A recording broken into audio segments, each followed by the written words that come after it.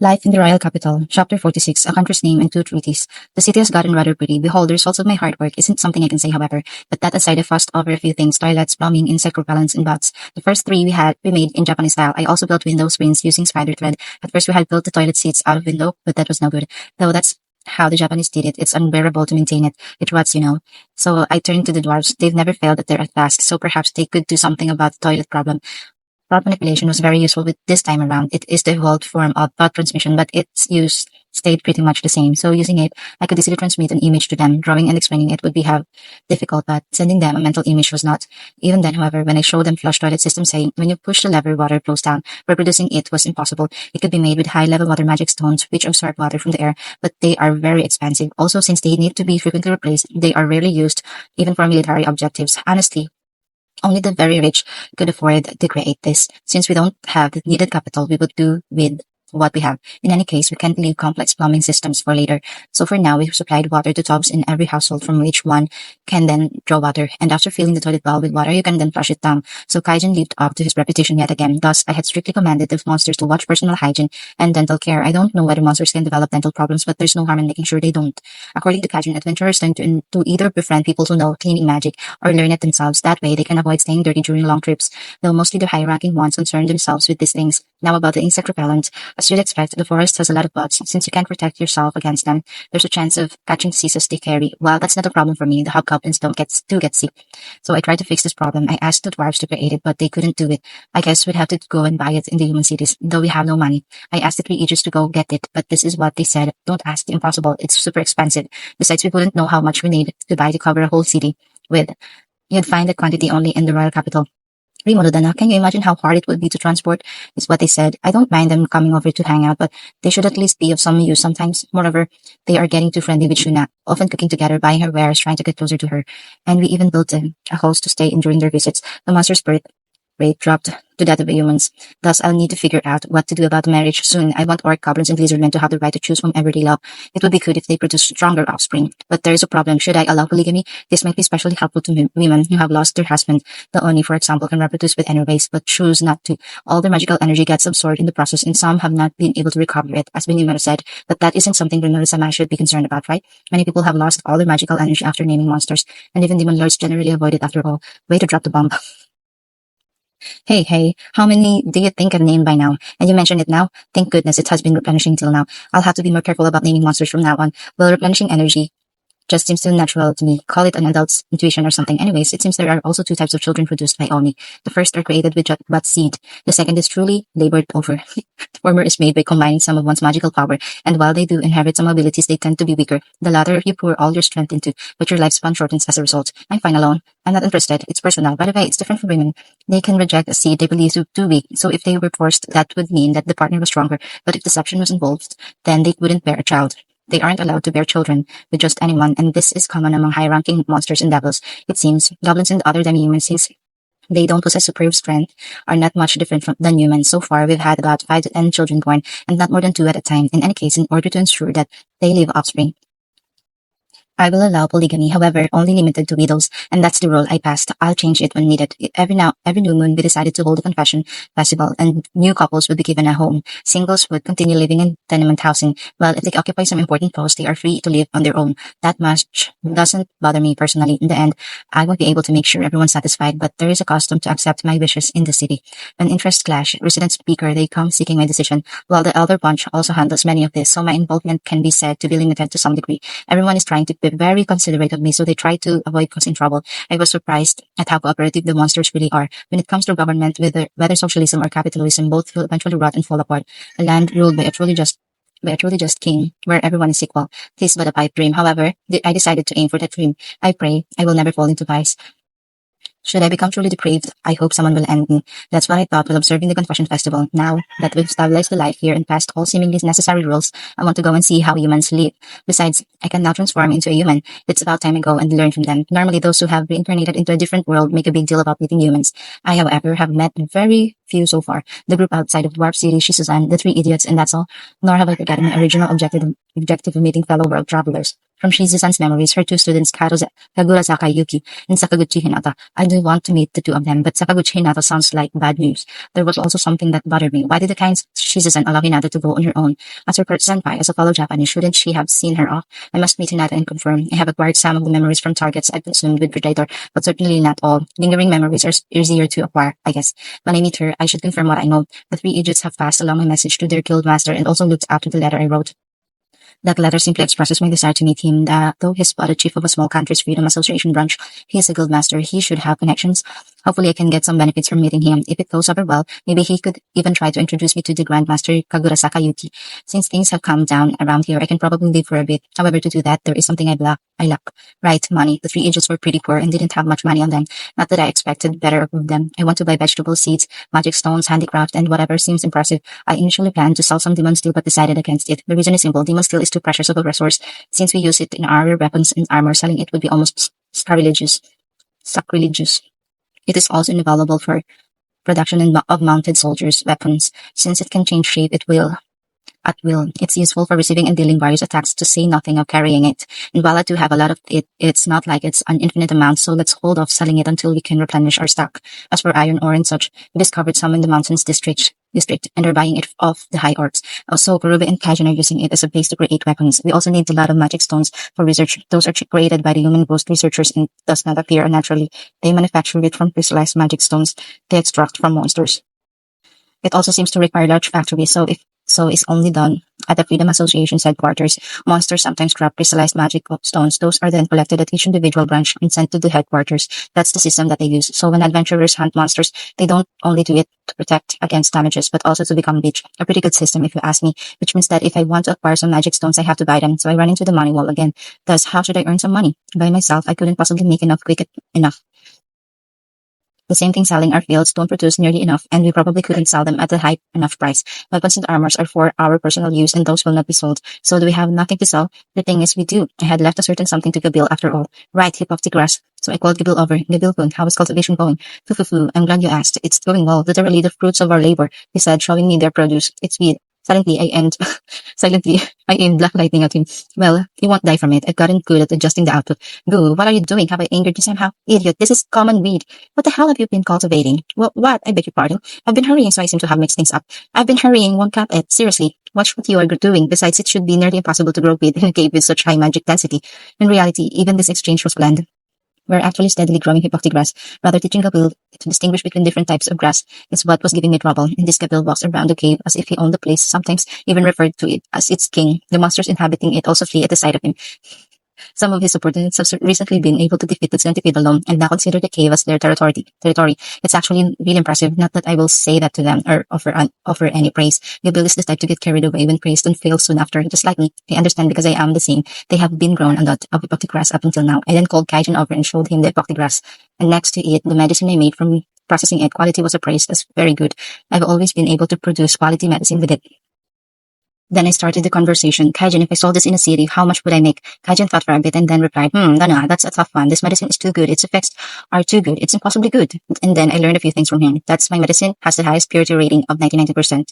That normally the limit is 98%, and even dwarf masters have not been able to surpass it. That even at 98%, it fetches a high price, and so on. So if you tried selling this in a city, you'll stand out too much. An answer came from the sky, but my magic perception didn't sense anyone. It's been a while, Kaijin, and slime. Thus, though, do you remember me? While saying this, a person appeared from the sky, saddled on a winged horse, a wonderful white steed with wings, a Pegasus. After landing, he jumped to the ground. How could I forget? It's the dwarf king, Hero King Gazelle Dwargo himself. My lord, why would you be here? Did you sneak out of the castle? Kaijins opened his eyes so wide they seemed like they'd fall out. Well, yeah, that's only natural. The king was alone. Actually, no, he brought an extra. He came with only 2 people. Actually, haven't I seen the other one somewhere? Isn't that Bester, the dwarf that tried to ensnare us? Why would he be here? Fun. I slipped past 100 guards of my own. They've been slacking. When I return, I'll retrain them. No, to have a king as their training partner. Kaijin, did you say something? No, I said nothing at all. Is that so? Okay then. Speaking of things outside of my knowledge, the two continued their conversation. How the hell did the king sleep out? We decided to continue the conversation at a different place, and not to a temporary one, but to a special building in the center. All the administrative duties are carried out in this building. So we borrowed one of the conference rooms. So, King, what's all this about? Why did you bring Bester to know along? Oh, that's simple. I selfishly decided to forbid your future re-entry into the Dwarf Kingdom. So I decided to come and see you instead. As for Bester, he's also at fault for what had occurred. So I also exiled him, but we can't have him lead a carefree life. Now, can we? So I brought him over. So I brought him over. Did you really just say that? Do you, King, truly understand? Are you planning to have Bester work here? You don't want him? That's not a problem. Aren't you worried that his knowledge will be leaked to us? Kaijin said with a deadly serious face. Though he's serious by nature, he's desperately pressing the king for answers. In contrast to him, the king casually ignores his questions. The previous dignity is nowhere to be seen. This is probably his actual appearance, huh? As for Bester, he looks completely lost. Dick, huh? When you guys left, isn't that exactly what you were doing? I considered erasing you, you know. Suddenly the king turned serious. King, I'm serious. I decided against it though. I tried to avoid pointless effort. I brought Bester over because I would like him to work here. Those words lit a flame in Bester's eyes. King, don't get this wrong, Bester. I had high expectations of you. That much is true. I won't permit you to serve me, but you can work to your heart's content here. That's all. King, wouldn't that mean that they would be learning all the dwarf skills for free? Kaijin had just gotten over that thought, though. Fun. Is it fine? Is all you guys say. With you two here, this city will become the center of technological development. Don't you understand? The dwarf country, this king, is interested in working together with you. Get it? The dwarf country, as of today, officially seeks to form a non-aggression treaty with you. Also before that, as an under the table deal, we want to form mutual technology research treaty. That, however, must never be mentioned to anyone. How about it? Will you accept these two treaties? He said with a serious face, looking me straight in the eye. Non-aggression treaty and one to share technological advancements. What more could we ask for? They are essentially recognizing as an official state. So does that mean you are recognizing us as a country with sovereign rights? To my question, of course, it's a good offer, isn't it? Also, just our curiosity, what is the name of this country? A name? Kaijin and I exchanged glances, undecided as of yet. Now that you mention it, I had thought about it once, though the Dwarf King had decided to stay the night with us. If traveling on the Pegasus, he could return to the Dwarf Kingdom within a day. However, journeying by night is dangerous, so we decided to return the following day. We had gathered an emergency council to decide the name of the country, and thus we decided we shall be known as the Monster City, Tempest. They had intended to call it Rimuru, but that was too embarrassing, so I forbid it. We comprised down to Tempest. It's not like it's only my name, and it sounds alright. That night, to commemorate the naming of the city, we threw a large party. We have an abundance of food and some pretty good cooks. Seems like we've even been able to impress the king. That's mainly because Shuna is just such an amazing cook. For entertainment, we had a mock battle with the king. He was rambling about how he never gets to leave the castle and such. What a surprisingly open personality he has. At this rate, we'll be calling each other by name soon. But a mock battle is no good, is what I thought. But he wouldn't listen. Seems like he's planning something. But I have no choice. I'll play along. I transformed into my human form. Since eating the orc disaster, my human form grew a bit. I'm no longer a child, but a young girl, around 150 centimeters in height. A bit more accomplished, maybe. Taking wooden swords in hand, we faced each other. Hakuro observed the match and called for it to start. Begin. That very moment the king disappeared, escaping my perception completely. Dangerous. The moment I thought that, the wooden sword if held was hit out of my hand.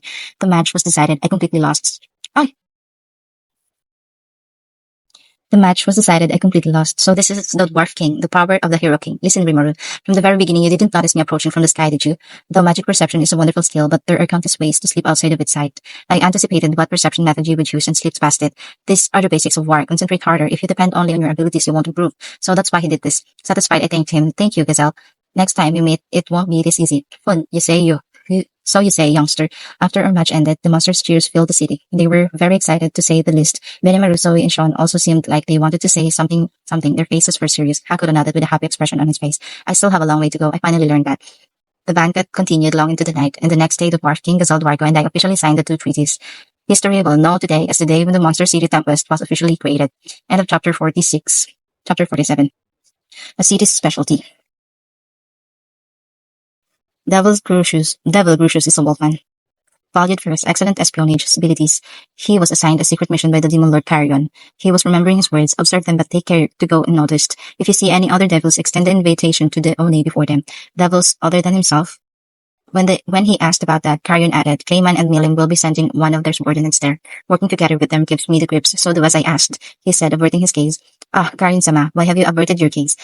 Could they be such troublesome opponents? Upon hearing this question, Carrion was confused for a second, but his confusion quickly turned into a broad grin. I see, you haven't heard of Milim. Have you? Is that how it is? I see. Alright, no problem. In that case, regarding Milim's subordinate, or rather, the one who refers to oneself as her subordinate, do not go against her. So, as long as she stays happy, all is good, but I have complete trust in you. So he said. Crucius was thinking about the question he ardently tried to dismiss. Milim most likely refers to Demon Lord Milim Nava, a famous demon lord that even Crucius has heard of. She is indeed strong, but by strength alone, she would be a match for Carrion-sama. The worst case scenario, she would surpass him. Her personality can be described with 4 words: short-tempered, haughty, cruel, and egoistic. Nothing good is ever said about her. However, Why should he fear her subordinate? It has been only 100 years since Lucius became a devil, so he naturally did not know, not about Million, his those rumors excluded. Soon, when he reached the meeting place, to be precise, he quickly regretted his ignorance. Devil Mulan was lamenting her misfortune. Working with other Demon Lord subordinates was bad enough. However, among them was Demon Lord Milim herself. I bear responsibility for that outcome. Demon Lord came and said, but I don't have any disposable pawns other than yourself. Had I not lost Gilmudo, I would have set him, but nothing we can do about that, right? He went and died. No further discussion would be held on this topic. Demon Lord Clayman, nicknamed Marionette Master, someone who manipulates friends and subordinates like dolls. With dolls. For him, the aforementioned matter is set in stone, and though Mulan was just called a disposable pawn, she lacked the willpower to retort. She had no choice but to accept the Demon Lord name, Milim she knew all too well. So Demon Lord Clayman gave her one order, stole the other Demon Lords and find about their weaknesses. Just that much. Since Milim was involved in this case, any further activity will be impossible. Mulan agreed. Demon Lord Milim is by no means stupid. She is called short-tempered and impudent, but that is not true. Moreover, she possesses an abnormal perception, so fooling her would prove difficult. Thus, it would be best to not try to slip anything past her. But Mulan had no reason to be vigilant toward Milim's subordinate, and yes, she was still on her guard against Milim. She understood why she should stay vigilant. Demon Lord Clayman had conveyed it to her a little while ago. Chances are Demon Lord Kyrion also knew. The reason was, oh, so you would be my comrades. I am Demon Lord Kyrion's subordinate, Crucius. Pleased to meet you. I am Demon Lord Clayman's Mulan. I'm Million. Milim's subordinate was nowhere to be found. That's how it was, and thus the three gathered at the rendezvous point. Asterisk, asterisk, asterisk. The treaty between the Dwarf Kingdom and the Monsters Country is essentially testified bilateral cooperation. The fact that their two representatives signed the treaty ascertains its validity. Could a treaty between two countries be established this easily? Since that exceeds my knowledge, I asked. That's not a problem. Since I swear by the gods, spirits, and sacred ancestors, I cannot falsely sign. And you aren't a human, are you? Through the contract's authority, should you lie, you'll be erased, and received such an nonsensical response, so I asked Great Sage for an explanation. Apparently, monsters can't lie. I was completely oblivious to that very important fact. We cannot convey what we believe to be a lie. However, that does not mean we can fool people. Omitting facts, for example, or leading them to believe something by revealing only specific facts. However, in case of contracts, lying through the aforementioned methods becomes essentially impossible. Well, if you can talk yourself out of the lie, then no problem, but if you publicly declare a lie, your existence will be erased. It's a rule pertaining to every monster. However, monsters born through birth are not always bound by this rule, and sometimes capable of telling lies. Goblins can lie freely. On the other hand, high monsters and demons exemplify this rule, and they're famous for being bound by contracts. Demons don't tell lies. Although they are often called sly, they are actually a rather pure race, and when people come to believe this, they grow negligent. And demon comes to snatch away their soul. Even though you're a monster, you didn't know this. Rimuru, aren't you strange? I've been born not too long ago. I'm still in the process of learning. Is that so? Well, whatever. Please don't accidentally erase your entire country after I went to the trouble of recognizing it.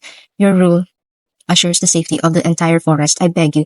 Well, we've just finished building the city and we don't intend to lose it, so we'll do our best. And thus we signed the treaty into effect. I still don't know all of this world's alphabet, but I can at least write my name. I learned that much when I was born. The moment I wrote my name, the document began to glow and split into two. The paper, it seems, was made by the ghost researchers. To annul it, you would need to burn both of the copies at the same time. However, as long as the other party is living, destroying the document is impossible. It would merely restore itself to how it was before. We tried it once, and it was exactly as they said. Thus, the contract was complete. This contract should be kept between the two countries, and while openly declaring it is not a problem per se, it kind of defeats its purpose. There is no need to let the world know about it. The Dwarf King accepts his copy. Pleased. I'll also leave this to you, he said, and took out a crystal as large as a fist. When I accepted it, that's a communication crystal. Ask Vester about its installation. Use it in case of an emergency and stay in good health, he explained, and saddled the Pegasus. And looking at Vester, you should research to your heart's content. Here, King, this time I will live up to your expectations, he said and nodded. At the response, farewell, he added and flew off. He suddenly came and hurriedly left, just like a storm. Hey, Kaijin, is it okay for your country to have such a free-willed individual as a king? Who knows, but he's ruled for many hundreds of years and has plenty of achievements, so it should be fine. But never in my time in the court have I seen him move around so selfishly. Oh well, I'm the last person who can criticize him. Alright, I too am planning to run off to some human village. I'm not planning to say something that will limit my ability to move around. Leaving the conversation at that, we left the clearing. The treaty documents I deposited into my stomach. Since our defenses aren't perfect as of yet, having it stolen would make for a poor story. Would it reappear if I were to lose it? It's an experiment I will not conduct, and thus we successfully established a treaty with the Dwarf Kingdom. Now then, it's about time I consider the lesson Gazelle taught me yesterday. Rimuru Dono, Kaijin Dono, I humbly beg your forgiveness. Would it be possible for me to work here? Lester interrupted my thoughts. Now that he mentions it, he did almost entrap us. I had completely forgotten. I'll be frank. Can you follow my orders? I forbid discrimination against any race of monsters. Are you okay with that? Of course. I have reflected on my mistakes in the first place. It has led me to feel envious of Kaijin Dono. I will not repeat that mistakes. I want to do continue my beloved research with all my strength. I would never betray that wish. As for me, I would only benefit from an excellent researcher. If anything were to happen, I'll take responsibility for him. So Rimoro-dana, please forgive him. Kaijin said so. Well, rather than me, it would be you, Kaijin, who would be troubled. Well, if you're fine with it, Kaijin, I have no complaints. Pleased to have you, Bester. Thus, Bester became our new comrade. And because he became our new comrade, we made a discovery which came to be our city's specialty. That, asterisk. Worst day ever. How many sighs has the devil Grecius suppressed until now? Remembering Demon Lord Carrion's broad grin only evoked anger. He knew that bastard. Actually, no, I should have known myself, so he thought. Worst day ever. Who would have guessed that riding on his back would be a Demon Lord herself? Worst day ever. The moment they met. Hey, shorty, how dare you call yourself with the Demon Lord's name? I won't tell your master, so name yourself at once, he had said. In the second he said it, he was knocked unconscious. Lucius lamented his misfortune. In the first place, he had never seen the Demon Lord really. Having beautiful glossy blonde hair, tied in a twin tails, and a short stature, anyone would mistake her for some random kid. No one would expect her to be extremely strong, though she was making a really cute face. The moment he called her a shorty, her expression changed. Her round eyes immediately turned sharp, and her lips twisted into a cruel smile. Then his consciousness faded. After getting hit a second time, he was out cold, and that brings us to the present situation. Daughter Devil Mulan ignored him. Worst day ever. Lucius was reflecting. Not to judge a devil by their looks is common sense. So why did he commit such a grave error? Mulan must have known. Right before Lucius was hit, he saw her eyes open wide, as if screaming, "What the hell are you saying, idiot?" He would probably say the same thing had he known. Worst day ever. If only he was told about this. However, he was told not to go against whoever would call herself as Milim's subordinate. But who would have thought that she wouldn't call herself a subordinate, but openly name herself? Is Milim honest to a fault? No, it was too late to have such thoughts. Since then, Lucius made sure to never judge a devil by their cover, and now, he's in his wolf form, running through the forest. Thanks to his regenerative abilities, he's somehow injured. After getting knocked around, he was then ordered to let her ride. Of course, he never even considered refusing. Mulan is running by his side. For the devils, this much wouldn't tire them at all, and thus the three came upon a certain city. Asterisk. We've been busy continuing developing our restorative medicine. Well, I doubt you can call trying to lower its performance development. However, could we dilute a single restorative pill, 98% purity, with 10 times the amount of water to create a high-class 60% medicine? We tried to do so, but it proved impossible. It turned into low-grade 20% medicine. If you used a high-quality pill, the purity would only go up by 10%, and then Bester made an unexpected discovery. He had wanted to see our hypoxia grass farm, so I guided him to the cave for the seal. He was scared of riding the Star Wolf at first, but quickly got used to it, and thus we entered the cave. Double welcomed us at the entrance and showed us in. After observing our cultivation, Bester went to look at the underground lake. Rimoro-dono, hypoxia grass can be cultivated due to the high magic energy density of this lake, right? So what if we tried diluting the restorative pill not with normal water, but with this water? I see. We should test his theory at once. And so we did. We were able to produce medium-grade 40% medicine. Of course, with a high-quality pill, the purity rose to 50%. How wonderful, a great success. We also tested just how much we could dilute it. From a single pill, we could create 20 medium-grade medicines. Nodding to Kaijin, I gave him a high five. We succeeded, the first specialty of Monster City Tempest. And that's how we made it. Bester seemed like he was having a lot of fun handling the grass with Gabil. Perhaps they are rather compatible. Huh, aren't you chummy? Bester, how about we make you a room here? I had meant it as a joke, but would you really think that I would also be permitted to reside in this cave? It has the perfect atmosphere for mad science experiments. He said, his eyes sparkling. Are you sure? There are B+ rank centipedes around here, you know. No problem. I may not look it, but I've indulged in sorcery, and I'm rather good at it. I looked at Kaijin, and he was shaking his head. I lie. As long as you didn't regret it, well, be preparing a room for you. No problem, I said. Gabil is here after all. I see. If Gabil is here, Bester won't be attacked, huh? Satisfied. Gabil, can I leave Bester to you? Please do. I am here, and I will also assign 2 of my subordinates. How reliable he has gotten. I still worry about him getting a big head, but I guess he was strong to begin with. But he seems to have calmed down recently and gets along with Bester pretty well, so I should just leave it to him. And so we had built Bester's research lab in the cave. Gabil had 2 of his subordinates guard the room in the cave, and the result was actually rather pleasant. If this is to become his lab, we probably don't need to include any life necessities, but we do need to figure out how he will be making the trip to the cave all the time. While I was thinking these things, Rimoro-dono, can I set up a magic circle here? It would be difficult to create inside these doors, but it is possible outside. Should I set it up? I had mentioned before that I want to have a magic circle at the place where I defeated the Black Snake. Transportation magic system circle, to be precise. If you write 2 identical circles, you can move between them. Well, I guess it wouldn't be inaccurate to say that I'm coming to like sorcery. Kaijin was also surprised hearing Bester explain this. Thus, as long as monsters won't be appearing in the middle of our village, I decided to permit it. Bester then drew a circle inside his house and another inside the cave. And thus, he solved the transportation problem. But now, transportation circles are convenient. Of course, I had him immediately teach me. And after Gabil and the rest also learned it, we were able to move easily between the city and the cave. Bester is an unexpectedly useful dwarf. As for the guy himself, he was just engrossed fantasizing about all the research he will do. Since I left some restorative pills and demons still with him, he can continue researching those in his own. I've also introduced him to Kurobe and Chuna, which started another long conversation. Rather than politics, this guy is made for science. He seemed very boring when he was obsessed with political power. I guess it corrupts you, but truly, people should be doing whatever they enjoy, as long as that doesn't cause trouble for others. And so, after spending some time with Buster, he naturally became one of our comrades. Asterisk, asterisk, asterisk. Ending his meditation, he opened his eyes. In the middle of a dimly lit room of a high-class inn, the Dwarf King sat. One that the espionage department's leader stayed at, using an alias, of course. The king laughed. It's been a long time since he's had such an interesting experience. King, are you in good health? Suddenly a shadow appeared nearby. He knew right away it was one of his spies. The fact that he slipped out of the palace and was now here probably caused a great commotion at the palace. In the first place, he has 100 people as his personal guard. For them to have let someone in or out undetected is simply preposterous. They needed to be retrained. So the king thought. No problem, he answered briefly. There could have been no problems. Then, though it's been a long time since he last used his skill, he used spirit possession on the spy and let the espionage leader know. You will return to the royal capital, taking the Pegasus with you, disappearing to the shadows as you always do after all. After that, as you command, a typical exchange, his trusted confident espionage department's leader, with the same face and the same body, a clone created by the ghost researchers. That was a secret shared only between the two of them, and like towards a stranger, the king could perfectly use spirit possession on this spy. In case of some emergency, this was his trump card. The Dwarf King Gazelle Duargo was remembering yesterday's match with the slime. That slime will become very strong. Just with reaction speed alone, he was able to receive my sword.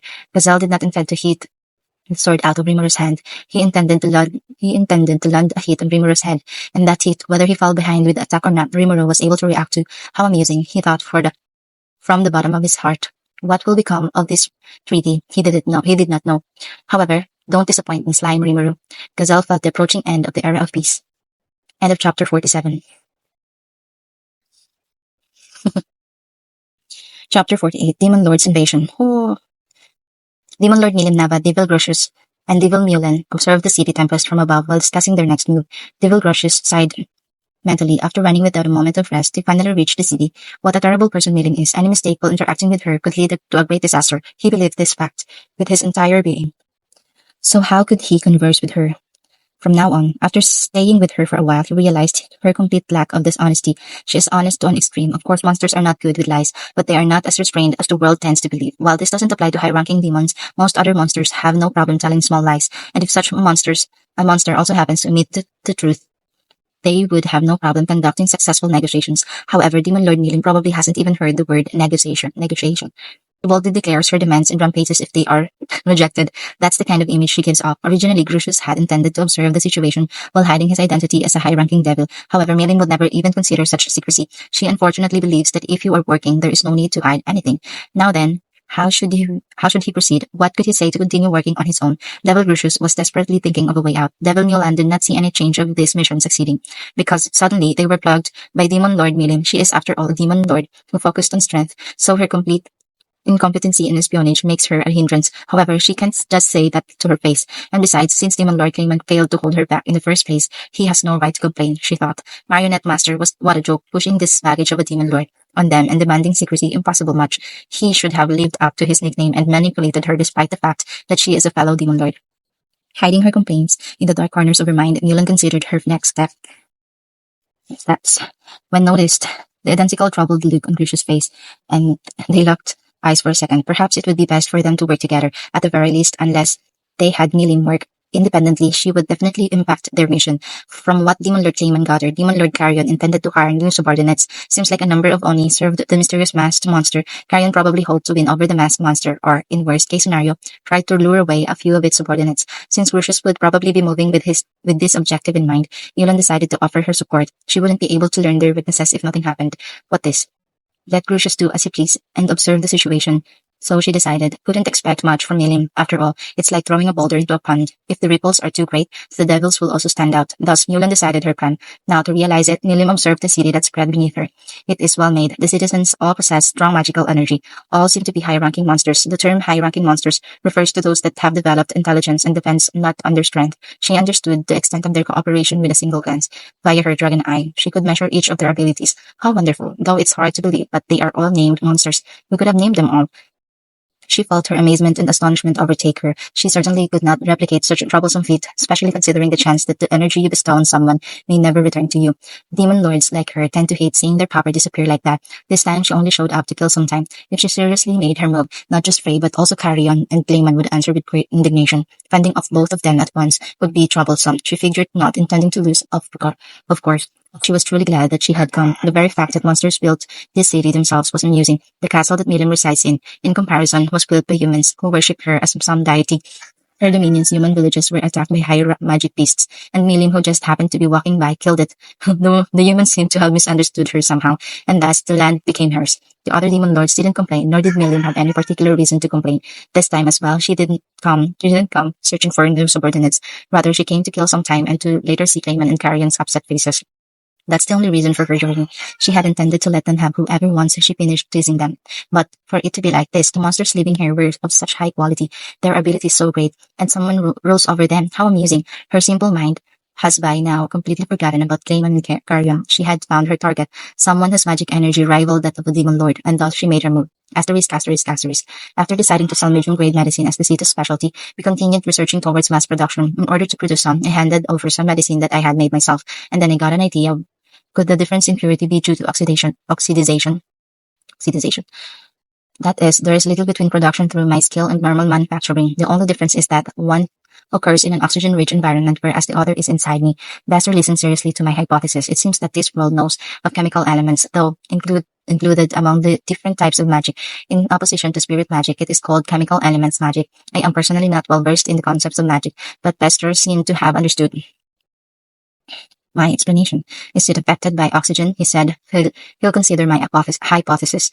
In any case, I just mentioned whatever first came to mind, so it's not my fault if this is wrong. Success is built on many failures. A mistake can also be considered progress. Since I'm only in charge of HR, I passed on this job to him and left. Kaijin is busy discussing something with Vester. They are so friendly right now that it is hard to believe their earlier animosity. That's because their hobbies much, but this is for the best. I returned to the city using a magic circle. We set up the city's magic circle near the gates, at a vacant lot near the guardhouse, to be precise, so that in 1 in a million chance that monsters do pass through the circle, we can quickly deal with them. Vester, however, insists that it is impossible. That is, since you need to recite an incantation to transfer, it is impossible for monsters to use it. So I'm probably just worrying too much, just using something I know nothing about, albeit hesitantly. I should learn magic soon. Then the moment I had intended to head over to Rigodo's place to let him know about our success, a magic perception noticed a large mass of magical energy flying in our direction. Dangerous. I made a split-second decision and ran beyond the gate towards it. As expected, the lump changed direction mid-air and pursued me, extremely quickly too. Seems like we'll be meeting each other at the clearing outside the village. Good thing I didn't run into the village, spared the buildings from some unnecessary damage. Steeling myself, I observed the opponent. The distance between us shortened greatly with every passing moment. That much could be understood with eyes alone. A beautiful girl, blonde hair tied into twin tails, with a black gothic dress covering her body. Her appearance was that of a lovely human girl. The air around her, however, screamed the exact opposite. The lump of magical energy, or rather the girl, landed right in front of me, and frighteningly, she didn't cause a single ripple with her landing. Though she was flying at such terrifying speed, she was able to erase it completely before landing. Could she perhaps manipulated the law of inertia itself? Now, however, was not the time to consider such things. Pleased to meet you. I am the Demon Lord, Milim Nava. I came to greet the strongest being in the city. The beautiful Demon Lord told me. A Demon Lord? Why the hell would one of those show up now? Shouldn't your subordinates or some 4 heavenly kings to show up before you? I somehow managed to hold back that retort. Good job, you. However, how should I respond? I am currently in my slime form, and I am not revealing any of my aura. I've gotten pretty good at basic energy manipulation recently, so I can subconsciously prevent my leaks. In other words, I should appear as some lowly slime to the ignorant eyes. Whether I check with a cloner through magic perception, I don't seem any different than a normal slime. That's how well I've hid my aura. Even then, I wonder how she saw through me. The pleasure is mine. I am the lord of the city, Rimuru. You seem to have seen through to my true strength, huh? Though perhaps the strongest one around here is actually Hakuro. Though I won't say that. While observing her, I asked that question. Fufun, that kind of thing is simple for me. Using this eye, the dragon eye, I can see the target's magical energy, even if they try to hide it. So no one can pretend to be weak before me. So no one can pretend to be weak before me. So eyes with analytical abilities, what an annoying opponent. Compared to my analysis, hers seems to be stronger. Her proficiency level is beyond question higher. This I can win. If we fight, I might have to use all my skills and tactics just to create an opening. Her level is completely different from the pseudo demon lord that Orc Disaster was. What amazing eyes you have. Now, what would be the purpose of your greetings? Knowing your opponent's goal is absolutely necessary after all. No, purpose, you say? Just to greet you, though. That she's hopeless. I had intended to eloquently convince her to go back, but stumbled at the first step. Just a greeting, she says. I'm honestly at a loss here. Oh, right, I remember. You. How about calling yourself a demon lord and becoming one? She suddenly added. The hell, she's saying. Why would I want to do such a troublesome thing? She was the one to be surprised now. I mean, a demon lord sounds cool, right? You long for it, right? I don't. Seems like there's a fundamental difference in our thought process. We're just staring at each other's faces without having our opinions reach the other. Well, a slime doesn't have a face though. Well then, let me ask, what's so good about becoming a demon lord? But a bunch of strong people aim to fight you. It's fun, you know. Nah, I have no need for that. Not interested. Then how do you enjoy your life? In a bunch of ways. If I were to become a demon lord, are there other ways to have fun other than to fight? Not really. Then isn't it really boring? The moment I said that, Milim appeared as if she were struck by lightning and looked as if she took serious damage. She was bored, huh? My words were so accurate that she can't say anything in response. Any further conversation would prove meaningless. I should take advantage of her shock to take my leave. Well then, since we got that out of the way, could I ask you to leave? I handled that pretty well. I thought, wait, you're doing something more fun than being a demon lord, aren't you? No fair. I'm mad. Teach me. I won't forgive you if you don't. I should be the angry one. Just a brat. I had wanted to explain, but desperately held it back. The opponent is a demon lord. Angering her would be bad. Rather, maybe if I treat her like a kid, handling her will be so much easier. At times like this, just have to be straight with her. Let's imagine her as a relative's kid. I got it. I'll teach you. But I've got a condition. From now on, you'll call me Rimoto-san. What? Don't screw with me. The other way around. You should be calling me Milim-sama. All right then, I will call you Milim. And you will call me Rimuru. How about it? All right, got it. I allow you to call me Milim. Be thankful. Only demon lords can call me that. Ah, is that so? Then let's drop formalities from now on. Some sparks flew between us during the conversation, but we seem to have settled on dropping formalities entirely between us. Okay, I'll guide you in, then, but don't go wandering on your own, okay? Got it, Rimuru. Good. Aren't you obedient? Also, don't go rampaging in the city without my permission, okay? If you can promise me that, I'll consider you my friend. That's easy, I promise, Rimuru. So far, so good. She's easier than I thought, just like a kid who'd listen to anyone that would give them a candy. Monsters have to keep their promises, right? Should be fine then. Thinking that, I led Milim into the city. Asterisk. Accompanied by a slime, Demon Lord Milim entered the city. Devil Rushes saw it happen using foresight, and bewildered by this fact. Hey, is Milim getting a head start on us? After taming some lowly slime, so it seems, but this is for the best. We could never continue in secrecy with Milim around. Right, let's just pretend we got rid of a bothersome person. They said nothing to each other. If they moved together, they couldn't imagine a scenario where they planned would it go down the drain. And now that this happened, they can move freely. So what will we do? How are we going to infiltrate? Yeah, while the two were busy considering this, Lucius Farsight picked up a human squad approaching the city. Yo, a human squad. Are they here on monster extermination? Probably, but do they know that monsters built a city here? And looking at each other, let's mix in with them. That's a good idea. We'll disguise ourselves as humans and infiltrate the city. They decided. As two high devils, they could easily transform into a human. And after some light preparations, they mixed in with the squad moving towards the city, the monster's city tempest. And thus the two were able to meet the human named Yomu. End of chapter 48. Chapter 49. Hurricane Milim. Devil Grucius and Mulan were walking the forest disguised as humans.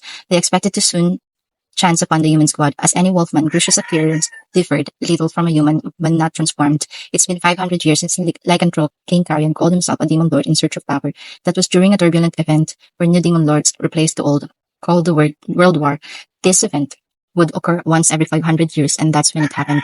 At the same time as Carrion, 3 other demon lords were born. Frey is one of those. Considered the youngest, the least experienced in the war, are Demon Lord Carrion and the last to be born, Demon Lord Leon Cromwell.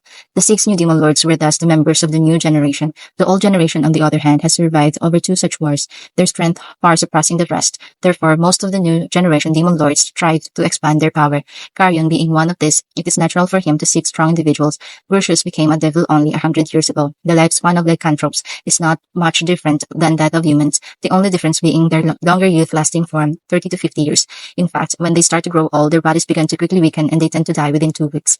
The king of the beast country, Yorazania Carrion, possessed great power from the day he was born. He became a devil through his own power and even evolved into a demon lord. There is also a rumor that he exterminated a single demon lord himself, but whether that is true or not is open to debate. Lucius did not possess enough power to evolve on his own. However, he did excel in stealth and combat.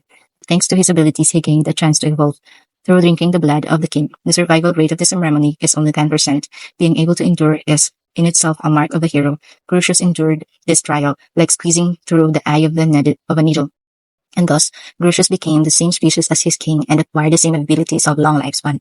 Even now, 100 years since his rebirth, his abilities have yet to wane. Compared to Lucius, Milan's circumstances are far more complicated. She was originally a witch, persecuted by humans. She was on the run around 300 years ago. After uncovering the secrets of evolution, she bestowed its benefit onto herself. That is, she gained eternal youth. As for why she is currently serving Demon Lord Clayman, that would be because of a deal they made. Around 400 years ago, Clayman succeeded the previous Demon Lord. The moment he did, he began hunting down new devil and monsters to steal their hearts, making them swear loyalty to him. He inscribed a curse into their hearts, making them his eternal servants. Mulan met the same fate. Even though she gained the power of a devil after evolving, she was far weaker than Demon Lord Clayman, and so after being defeated, she had the curse of servitude engraved on her heart. As a result, her status did increase, but she could hardly be happy about it. Since then, she became one of Clayman's marionettes. She could understand devils like Telmudo who yearned for their own servants. Mulan was waiting for an opportunity to dispel the curse and strike at Clayman. Her long life, however, testified against such opportunity. The difference in their abilities was too great, so her servant life continued. She merely hoped to one day be released from the curse, and so until present day, the goal is information gathering. I will flawlessly complete the task, she thought, thinking up a plan. She would use whatever she could, whether it be Crucius or the human's blood. Anything goes as long as it led to her release. She had no choice but to abide Clayman's wishes. Since she was originally a human, turning into one was hardly any effort. That a man and a woman walked in front of Yomo's group, and they quickly joined his party. Siblings, they said, an older sister and her brother, but extraordinary no matter how you looked at them. Yomo observed the two who were happily conversing with the rest of the garrison. They were dressed in emperor's clothing, with an appearance pleasing to the eye. While they weren't particularly suspicious, if they possessed even a bit of strength, they would certainly be able to walk through the forest. Jura Forest's monsters are not particularly strong individually. That is, that statement would be true if the monsters had not become active some time ago. Currently, entering the forest is truly dangerous. Traveling through the Dwarf Kingdom is far easier. They are indeed suspicious. Can't let me guard down around them. Yomo reasoned to himself. There was something strange. There was nothing strange about their tale, and they opened themselves quickly to the rest of the garrison at first glance. No problem, right? However, his intuition said otherwise, and in such cases, he should trust his gut. That's the way of life that let Yomo live till this day. Well, they do seem capable, so let's put them to use. He simply decided, whatever their intentions were, Yomo would only have to make sure he used them himself in return. There were simply too few people in the garrison, and only a few of them were particularly skillful, so welcoming two strong individuals into their group would only benefit them. The suspicious ones are the three captured adventurers. He ordered them to lead the way to this mysterious city, and they don't show any signs of lying. Therefore, the city must truly exist. They don't seem keen on escaping, so he had them untied. The three as well have gotten friendly with the squad. They're boasting about their achievements. Seem like they really are adventurers. But because they came from a different country, he has never heard of them. And being only at B rank, they aren't famous enough to be known outside their borders. They are capable veterans nonetheless. Also, there's a city ahead of here, one made by monsters. Yeah, the first time we went there, they brought us yakiniku. It was delicious. And at that time, we were pursued by a stampede of giant ants. My life was flashing before my eyes.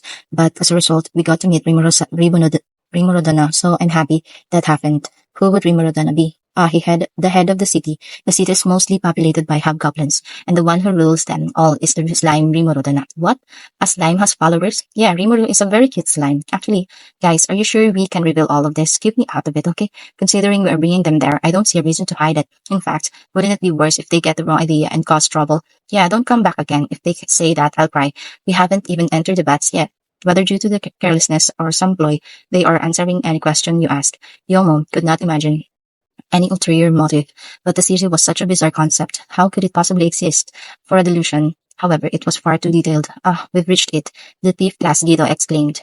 Yomo stepped forward to confirm. Far ahead, under the shadows of trees, he could see a silhouette of a city's walls. It was true, yet that thought only increased his tension. A city made by monsters, a concept difficult to quickly accept, but there it was. Would he be greeted by snakes or demons?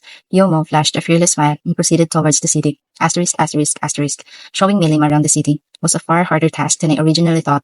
If you've ever brought a small kid to an amusement park, you know how I feel. If you look away for a second, she's gone. That's exactly what it's like. Oi, didn't I tell you not to take off running? Wahaha, over here, what's this? Listen, just listen to what I'm saying. Wow, what's wrong? I'm listening. No, you aren't. She was strangely excited, running around all over the place when she met Gabil a moment ago. Ooh, a dragon newt. Wow, working hard. Yeah, I am the dragon newt, Gabil. Who would you be, Shorty? Would she? Huh? Did you say something? Would you like to try that dying once? She lightly kicked Gabil in the knee, and after he lost his balance and fell, she drove her fist into his stomach, letting out a single guffaw. Gabil was on the brink of death. Hey, wait a second. Didn't she promise not to rampage? Listen, fool. I'm in a very good mood right now, so I'll let you off with this. Don't ever look down on me again. Seriously. Who's the shorty? Who? She said. Any more and that, huh? What a frightening girl Milim is, or should I just call her plain scary? To Gabil's good luck, he was carrying a test product, restoration pill, probably heading to Peru before a request. But even with a medium-grade pill, his body didn't completely heal. Truly a fist that can one-shot anyone. She probably held herself back too. But now that it has come to this, I'm pretty sure that promise not to rampage no longer applies. Gabil limped away. With a benevolent nod, Milim waved him goodbye, and as if nothing had happened. That guy is really sturdy. How about I strengthen him a bit more? Please don't ask me that, I thought. Nope, never. It's bad to bully the weak. I see. Bullying the weak is bad. I know that. Oh, if you knew that, then from now on, I could only ask that much. That is, I don't have any way to stop her. With her explosive temper, I can only pray that Gabil would be the only victim. And like this, I continued to show her around. She observed the making of armor and requested a set. She observed the sewing of clothing and became Goblin's dress-up doll. She observed the farming and helped plow the fields. I've never seen someone plow a field that quickly. And thus, the day passed. By the time the night came, everyone in the city has heard of the small despot. Assembling the leaders in the dining hall, she introduced herself. I'm Milim Nava. It's a pleasure. That's what she said. Isn't Milim a name of a demon lord? Having spent the day practicing with Benimaru, Zoe and Hakurusho muted that question. Haha, what the hell are you saying? There's no way a demon lord could be here. Benimaru laughed, rejecting her question. This is bad. At this rate, we'll have another Gabil-style tragedy. I wanted to salvage the situation, but what kind of relationship do you have with Rimuru-sama? Have you become friends? Zoe asked. Milim, who seemed about to explode a moment ago, now fidgeted bashfully, with her face bright red. Well, rather than friends, we're close friends. Is that how it was? Forgive my rudeness. I am Zoe. I am Rimuru-sama's faithful servant. Please take care of me. As expected of Zoe, good looks and an eloquent tongue too much. Actually, Milim-kun, since when did we become close friends? Since when are we close friends? I asked timidly. We aren't. A tear began to form in her eyes, faster than the tear. However, energy began gathering in her fist. Just kidding, we're really close friends. Best friends forever. I quickly added, evading danger. Almost hit a landmine myself, not letting a Gabil happen again. I see, you're good at surprising people. She grinned broadly. I simply follow. Simple, but hard to deal with. Carelessness is forbidden from now on. I thought, reaching a new step of enlightenment, Benimaru still hasn't realized the situation. Need to warn him later. Unlike Zoe, he doesn't understand a woman's heart at all. He's even worse at it than I am. If he wasn't a handsome guy, he would surely be hated by everyone. Stupid people always end up suffering. The problem is, he won't survive suffering caused by milling. The problem is, he won't survive suffering caused by Milim. The conversation ended as food was brought out. Milim happily began eating. I too changed into my human form and removed the mask. When Milim saw that, so you're the one who killed Gilmudo. I see, she said, with a huge smile on her face. The other people present reacted differently. They looked at me, pressing for an explanation. I won't be able to fool them, it seems. When dinner ended, Milim looked ready to fall asleep, so I had Shuna escort her to a guest house. I wonder if she'll be complaining about the bed and such. Saying something like, not a bed, I want a tummy, that mat with a futon. Well, can't give her what we don't have. I'll just leave it to Shuna. Then I explained today's events to everyone. I see, that was truly a powerful hit I took. I saw my father beckoning to me from heaven. What? Seems like you're still out of it. Your father is still alive. Alright, how rude of me. Gabil's response aside. Everyone else was surprised. Well, a demon lord had showed up. But just as a note, I had her promise not to rampage, so we should be fine, right? When I asked. Actually, it's not like all monsters can break promises, While the Dwarf King did say a part of the truth, that isn't the whole of it. Kaijun replied. Hakuro and the other Oni nodded to this. Rimuru-sama, for example. I have no problem telling lies. Me too. Actually, I'm pretty good at it. Zoe and Benimaru added. That means, in other words, according to their explanation, not only monsters of spontaneous birth have trouble lying. Those born of parents are not as restricted. Besides, what the Dwarf King was referring to was a case of pledge magic on top of swearing upon your very existence. I shouldn't have ignored you to inquire about it from the great sage. While the demons are truly restricted, the normal monsters aren't so. Which is why Milim can go lying all she wants. That's what it would mean. Hakuro nodded. In that case, what should we do? However, she doesn't seem to intend to cause trouble. And even if she did, we couldn't stop her, can we? I agreed with that analysis. Even with all of us working together, we'd fail. Right, let's let her do what she wants. And if worst comes to worst, we'll have Rimuru-sama stop her. They are close friends after all. No objections. What? Benimaru, you bastard. By the time I thought that it was already too late, my usual leave it to others policy seems to have come back to haunt me. Can't be helped, I thought, and let us aside. and thus everyone came to believe that I was in charge of supervising Demon Lord Milim. So ended the first day of Hurricane Milim. End of chapter 49. Chapter 50. Frontier Garrison. The morning of the following day started with great tribulations. First thing in the morning, I woke Milim up, her expression grumpy. I had her changed to look presentable. The new clothing she wore was the one she had requested yesterday, and it came out pretty well.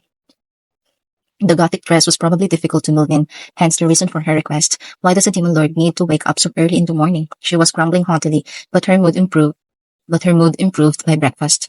Children really are simple.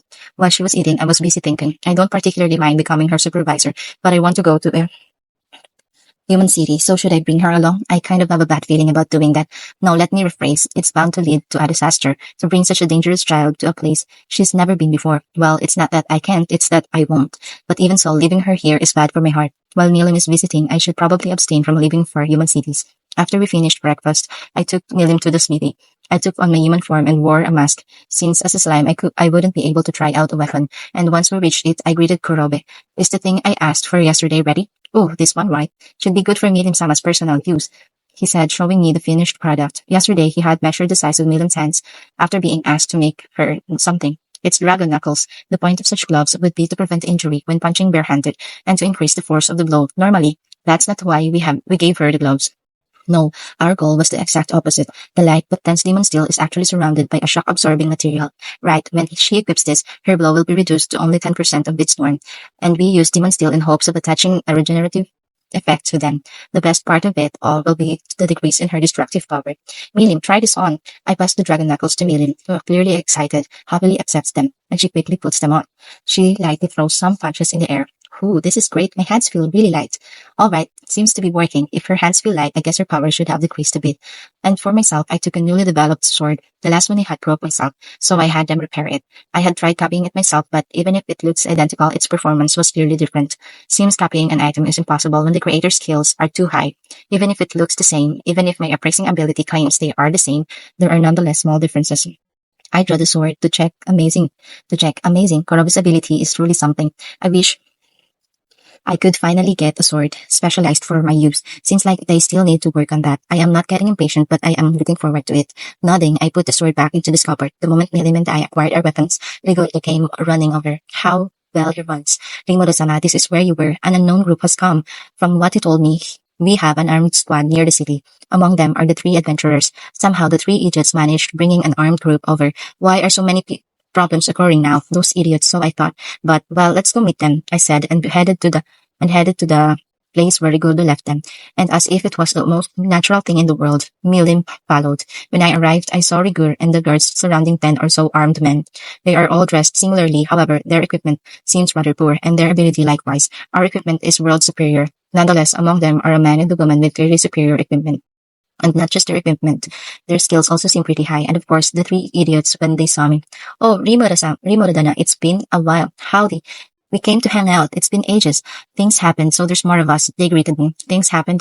Seems like they are the cause of this incident. Yo, so who might these people be? About that, they explained the details. During his introduction, the man named Yomo kept looking at us while on guard. When the idiots finished, pleased to make your acquaintance, Farmer's Kingdom, Count's Domain, Frontier Garrison, Captain's Yomo's the name. We heard that monsters built a city here, so we came to check. I heard the chief of the city is a slime. Could I meet it? He greeted us thus. Please pardon the belated introduction. I am the head of the city and its representative. I am known as Rimuru Tempest. Though I currently appear, thus, I am in fact a slime. I responded, is that how it was? Pardon my rudeness. Cabal had mentioned that Rimuru is the name of the head, but I was smiled by you being called a slime, you see. Your human transformation is simply marvelous. Whether flattery or not, I don't know, but he seems intent on praising me. I wonder if monsters capable of human transformation are rare. Not that it matters right now. Be that as it may, are monsters capable of transforming into humans are rare? Actually, forget that question. What would be your business today? About that, our goal was to confirm the report. There has never been a case of monsters building a city before, you see. Moreover, should that report prove true, there's the possibility that you will pose a threat to our country. Thus, considering that the city truly exists, you must confirm whether or not you could pose a threat to us. Could we possibly impose upon you our presence? I see. However, if we were intending on becoming your enemies and we're such a terrifying city, how could we let you stay here? Upon hearing my retort, the man named Yomo scratched his head. Ah, damn it. I'll just tell you the truth. Frankly, I didn't believe there was a city of monsters here. Now I know I was wrong. And according to these three adventurers, you've got really good living conditions around here. Please allow our stay and the stationing of troops here, he said in one breath. And to the three idiots, I apologize for doubting you. He deeply bowed his head in apology. I had planned to observe him for a while, but maybe it's all right to consider him an honest guy. Fufu, didn't we tell you? Well, as long as you understand, it doesn't do to always suspect people. For some reason, Ellen proudly responded. The, the other two were expressing their approval of her words or happiness at finally arriving. Well, he doesn't seem like a bad guy, but approving their presence is a different matter. Regarding stationing your troops here, for what purpose?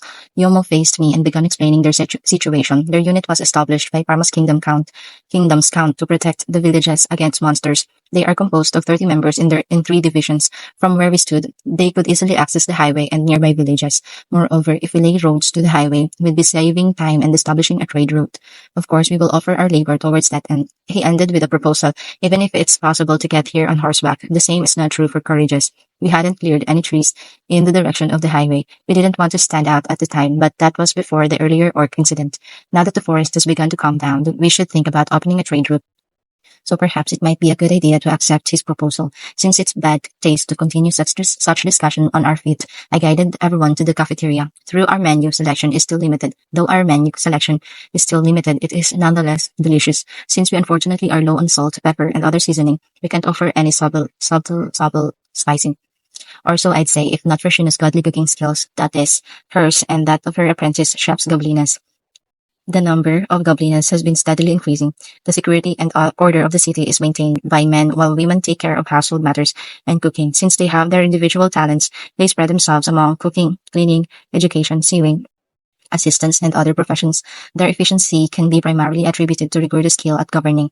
After which, switching to the cafeteria, we continued our discussion. Amusingly, Smilim sat next to me. It's kind of cute how careful she handles her dragon knuckles. By the way, Rimorudana, whose daughter would she be? Cabal went and asked. Milim reacted to being called a daughter, but exercised self-restraint.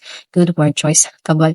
Can't forget that this cafeteria has the bomb named Milim. Oh, a guest. A really important person, so treat her with utmost respect, okay? I warned them ahead of time. If they ignore my warning, they'll have only themselves to blame. Not my problem then. I'm Milim. Pleased to meet you. Though Milim so simply introduced herself, let's not forget she is a cruel demon lord. She is adorable, however, that she certainly deceived them all. But a man and a woman whose equipment was much better than the rest had a worried expression on their faces. Actually, rather than expression, it's the air around them. It changed slightly. They looked at Milim with complete disbelief. Did they find her out? No, there's no way that would be true. So I thought, until I looked closer at the two. Why are two devils disguising themselves as humans among them? Yes, the two of them are devils. A simple human transformation could not fool my magic perception. From what Yomo said, they joined them halfway. Infiltration is valid. Hey, two devils infiltrated the city. Be on your guard. I announced using thought transmission. Well, it's fine as long as they don't do anything funny. Rimuro-sama, considering that they showed up at the same time as Demon Lord Milim, could they be connected somehow? I am of the same opinion, Rimuro-sama. A ploy to make us lower our guard? Nope, I wouldn't do something that annoying. Milim made her way into my thought transmission network. She seems to have figured out our frequency and forced her way in. What an absurd thing to do. Even if I make it sound so simple, make no mistake, it requires an absurdly high level of skill. Hey you, did you just break into our network? Fun, that kind of thing is easy for me. But let bygones be bygones. Those two have no relation to me. But you know them. I don't. Well, whatever. Just stay on your guard, everyone. Though they aren't related, they are acquainted, it seems. No need to force her to say it if she doesn't want to. It's enough to know what we need to stay vigilant against. While I was conversing, thus everyone was busy with self-introductions, and that seems to have ended a second ago. Now that everyone introduced themselves, let's get to the heart of the matter.